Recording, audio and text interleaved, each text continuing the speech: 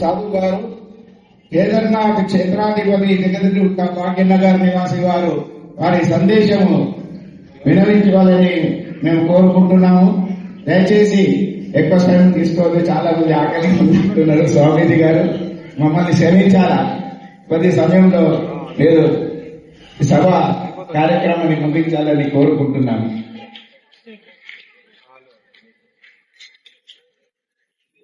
ఎక్కువ సమయం మీరు చాలా సమయం నుంచి మాట్లాడుతున్నప్పుడు పురాణాల గురించని ఇతిహాసాల గురించని మాట్లాడినప్పుడు చాలా మందికి కథల్లాగా అనిపించాయి. నా సమయం నేను కొన్ని ప్రశ్నల జవాబులు ఇచ్చిన తర్వాత వదులుతాను.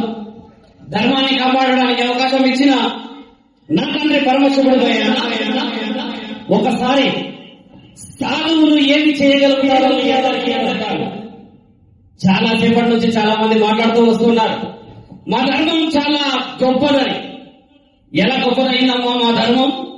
మన ధర్మం ఎలా గొప్పదయ్యింది మీ అందరికీ తెలుసా? ఈ లైట్ ఆఫ్ చేయండి, ఎందుకంటే మనం ఒకరినొకరు చూసుకొని మాట్లాడుకుంటే బాగుంటుంది కదా. నిజమే కదా?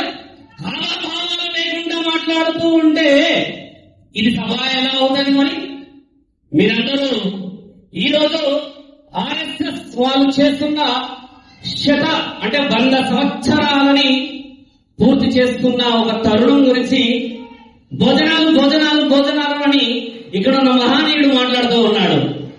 ఒకసారి ఆలోచించండి, 100 సంవత్సరాల క్రితము ఆయన గారు చేసిన మహాప్రయత్నంలో ఎన్ని ఆకలి లేని రోజులు గడిపిండొచ్చు. ఈ పూట కోసమా అందరూ తినాలి అంటున్న మిత్రులలో ఏ పోతరా ప్రాణం? పోనివ్వండి, పుణ్యభూమి ఇది, వేద భూమి ఇది. ఛత్రపతి శివాజీ ప్రాణాలు అర్పించిన మహా సంస్కృతి నా వేద భూమి.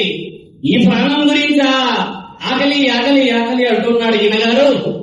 ఆకలి ఎలా అవుతుందో మేము చూస్తాం ఇంకొక 10 నిమిషాలు. నా శాస్త్రాన్ని కాపాడటానికని, నా ఇతిహాస పురాణాన్ని కాపాడటానికని అక్కడక్కడ ఆడపిల్లలని మానభంగం చేస్తూ ఉంటే ఇక్కడ భోజనం తినాలా మనందరము? ఒకసారి ఆలోచించారా? ఆడపిల్లలని వికృతంగా వారికి కావలసిన కామాలను తీర్చుకోవడానికని పశువులలాగా ప్రవర్తిస్తూ ఉంటే ఇక్కడ భోజనం గురించి కూర్చున్నామా? నా జాతిని కాపాడుకునే హక్కు లేదా మనకి? మన ధర్మాన్ని కాపాడుకునే హక్కు లేదా మనకి? మన శాసనాన్ని, ఇతిహాస పురాణాలని, తాళపత్రాలని కాపాడుకునే హక్కు లేదా? ఉన్నది కదా? ఉన్నది అంటే తల ఊపండి మిత్రులారా. నా పేరు ఇంతవరకు మీ సభలో కరెక్ట్ గా పలకలేదు ఎవరు. వస్తున్నప్పటి నుంచి చూస్తూ ఉన్నా. నా పేరు శివరుద్ర సాధువు. అంటే పరిపూర్ణమైన జీవితాన్ని పరమశివుడికి అప్పచెప్పినాను నేను. నా చేతిలో త్రిశూలం రుజువు చేయబడ్డ తర్వాత వచ్చింది మా గురువు గారు ఇచ్చారు. త్రిశూల వ్యూహాన్ని ఉపయోగించు రుద్ర. సమాజంలో ఎక్కడైతే అన్యాయం, అసత్యం, నా ఆడపిల్లలపై, నా భావితరాలపై జరుగుతున్న అలైత్యాలని త్రిశూలం సమాధానం చెప్పాలి. ఇది న్యాయం కోసం పట్టుకున్నాము, ఇది ధర్మం కోసం పట్టుకున్నాము కాదు. కుదురని ఎవరైనా పిల్ల మీరు తప్పాడి తనని నరకడానికి పట్టాము. ఇది అవునా కాదా?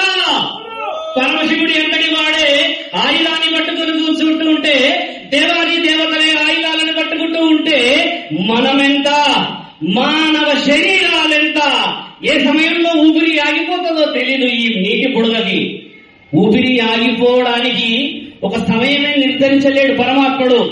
కానీ భవిష్యత్తు ఇలా ఉంటుందని కారణ జన్మలను పుట్టించాడు పరమాత్ముడు.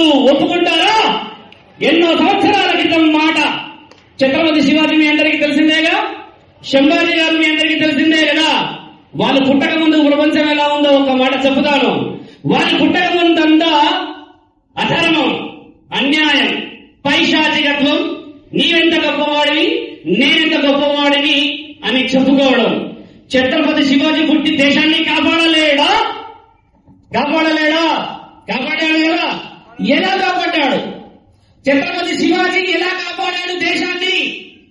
వీరత్వంతో కాపాడా? బాగా గమనించండి నా ప్రశ్న. వీరత్వంతో ఛత్రపతి శివాజీ సమాజాన్ని కాపాడా? మీ అందరికీ తెలిసి కాపాడిందని తెలుసు కదా.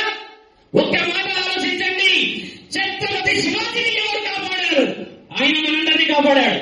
ఆయన